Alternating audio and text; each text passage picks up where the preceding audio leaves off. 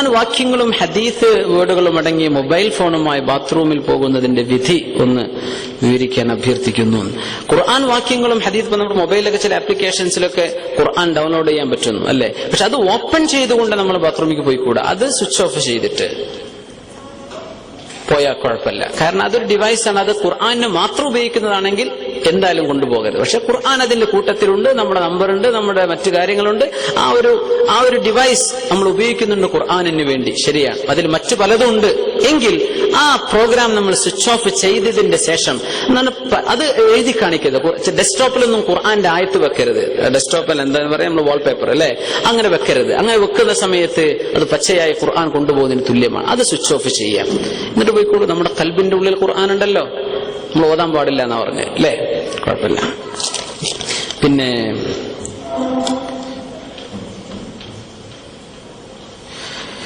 ഒറ്റ ചോദ്യം കൂടെ. നബി സല്ലല്ലാഹു അലൈഹി വസല്ലം തങ്ങളുടെ ഭാര്യമാരിൽ തങ്ങൾക്ക് ഏറ്റവും ഇഷ്ടമുള്ള ഭാര്യ ഖദീജ ബീവി റളിയല്ലാഹു അൻഹ ആയിരുന്നു.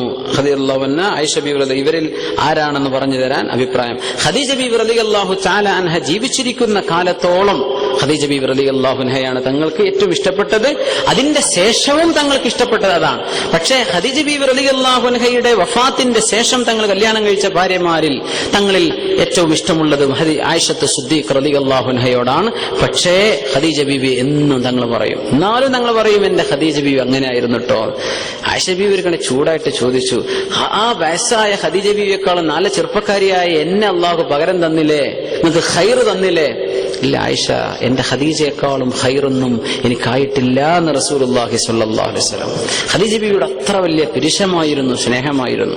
പക്ഷെ അവരുടെ കാലശേഷം ഉള്ള ഭാര്യമാരുമായി തങ്ങളുടെ ജീവിതത്തിൽ ഏറ്റവും കൂടുതൽ സ്നേഹപ്രകടനം നമ്മൾ കാണുന്നത് ഏറ്റവും കൂടുതൽ കൂട്ടത്തിൽ ഇളയവരും ഏറ്റവും അടുത്ത സുഹൃത്തിന്റെ ഭാര്യയും ജിബ്രീൽ അലൈഹിസ്സലാമിനാൽ നിക്കാഹ് ചെയ്യപ്പെട്ട ഭാര്യയൊക്കെയായ ആയിഷ റളിയല്ലാഹു അൻഹയിലാണ്. ഇൻഷാ അല്ലാഹ് കല്യാണത്തിന് ക്ഷണിക്കപ്പെട്ടാൽ പോവൽ നിർബന്ധാണോ?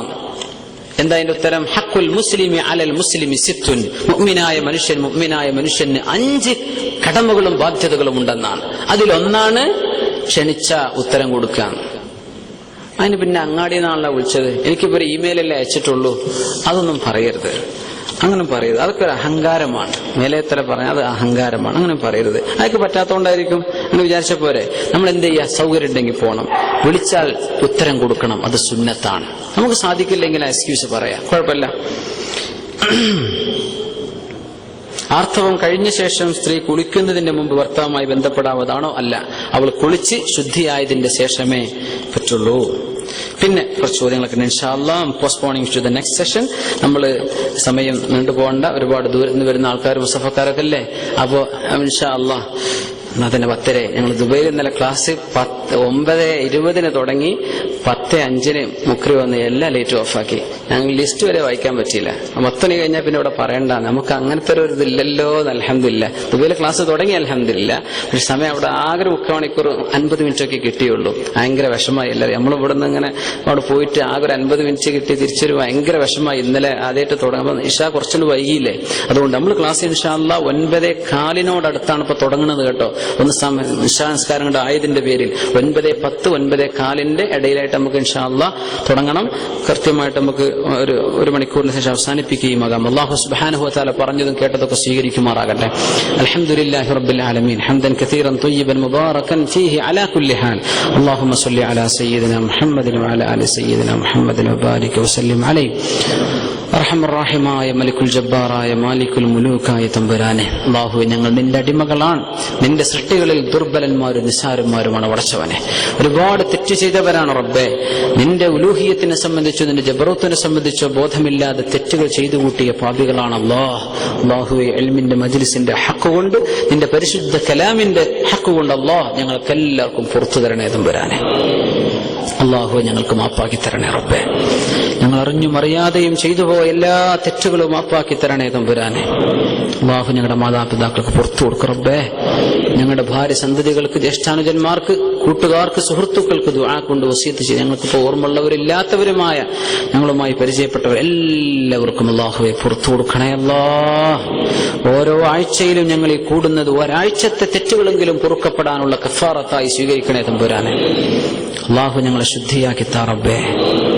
ഞങ്ങളുടെ മനസ്സും മസ്തിഷ്കവും ശുദ്ധിയാക്കി താ റബ്ബേ. ഞങ്ങളുടെ ശരീരവും ഖൽബും ശുദ്ധിയാക്കി താ റബ്ബേ. ഞങ്ങളുടെ അകവും പുറവും നന്നാക്കണേ പടച്ചവനെ. അല്ലാഹുവേ, കാപട്യമില്ലാത്തവരാക്കണേ റഹ്മാനെ. ഒറ്റക്കായാലും ആൾക്കൂട്ടത്തിലായാലും നിന്നെ ഭയപ്പെടുന്നവരാക്കണേ റബ്ബേ. നിന്റെ നിയമങ്ങൾ അനുസരിക്കുന്നവരാക്കണേ റബ്ബേ.